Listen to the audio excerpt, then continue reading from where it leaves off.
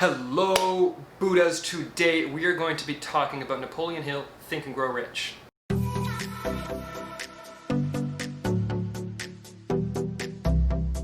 Now, Buddhas, other than the fact that you should definitely buy that book and you should definitely read it, there's a playlist down below with a link to videos of every single video I have made.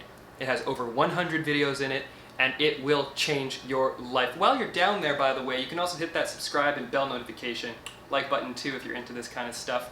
So what is the whole point of Think and Grow Rich? Well, Think and Grow Rich was put together over 20 years of research by Napoleon Hill, and it essentially started one of the greatest genres of books of all time, which is self-help. Because if I read a book that someone put 20 years of their life into making, and I can read it in a few hours or a few days or whatever your literature skills are, and I can even gain 1% of that work, I have just compounded that time from 20 years into days. And if you can go back and read it again, you can continue to compound and continue to learn more about it. But what is Think and Grow Rich about, and what is every single self-help book ever made literally saying? It's only one message. Those are two. It's only one message, and that is that you are what you think about. And this is not spoilers. This is actually talked about by Napoleon in multiple oratory addresses that he did, and by multiple other people like Earl Nightingale and James Allen in As a Man Thinketh, and the list can go on, people. You are what you think about. So if you are constantly thinking about the news and how all these terrible things happen to all these people you don't know, and how the stock market is collapsing, and how the housing market is collapsing, and how no one ever gets anything good in this world, well, then you're gonna get a lot of that in your life. That's it. Pretty much game over. Give up now. But when you hit rock bottom there, you eventually realize that sucks and I'm tired of this crap, and I hope I don't have to die in order to realize this, because you don't have to die to realize this, but if you die, according to Abraham anyways, then you realize it and you have a good time. But if you do die to the old self, another topic we will talk about in another video, actually I have made some already down below in that playlist, you can then realize that, hey, what if I start to think about something a little better? What if I start to enjoy life a little bit better, regardless of my circumstances? What if I stop paying so much attention to what that guy over there says? He may have an incredible voice, and he may be Peter Mansbridge with the National, or whoever the who in the Americas lying about whatever the heck on the news.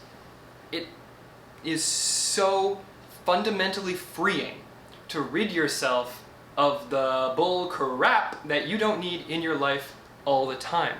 And this video is not turning into a anti-news rant, but it is all about the fact that you are what you think about. So if you are constantly in fear, or constantly thinking about the war overseas, or constantly thinking about the bad weather that we're having today, then you're gonna have a bad time. And that's not necessarily the intention of any of the people sharing this information, but it is a consequence of being flooded with this information. On the flip side, the transverse of this is that you can start deciding what you think about. You can start to decide to think about wealth. You can start to decide to think about happiness and love and beauty in this world, which is literally all around you. I can guarantee it, no matter where you are, if you are consuming this content, heck, you don't even have to be consuming this content, but especially if you're consuming this YouTube content, it means there's something going right in your life. And if you can start to focus on those little minutiae, the little tiny bits that you love, be like, I'm watching this on my phone and I love my phone. Whether it's the crappiest, brokenest phone in the world, you have a phone. That's an incredibly advanced piece of technology that no one had 10, 15 years ago, okay? Like, that's amazing. You should feel blessed for that. And yet we take it for granted because, oh, I could have a better phone. Well, you know, at the end of the day, you are what you think about. So if your phone is something that you think sucks and is ruining your life and is never good enough and oh my god, it's not the latest iPhone, well then yeah, okay, that's the reality you have. You have a shitty phone. But if you change the way that you think about that and decide, hey, wait a minute, I have a phone. That's pretty fantastic. I can call literally billions of people on this thing.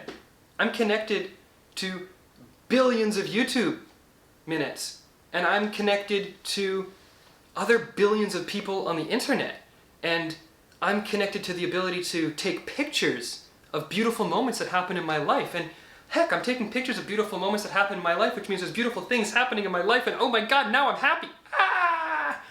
Well, there's options there, people, and it's quite fun to think about.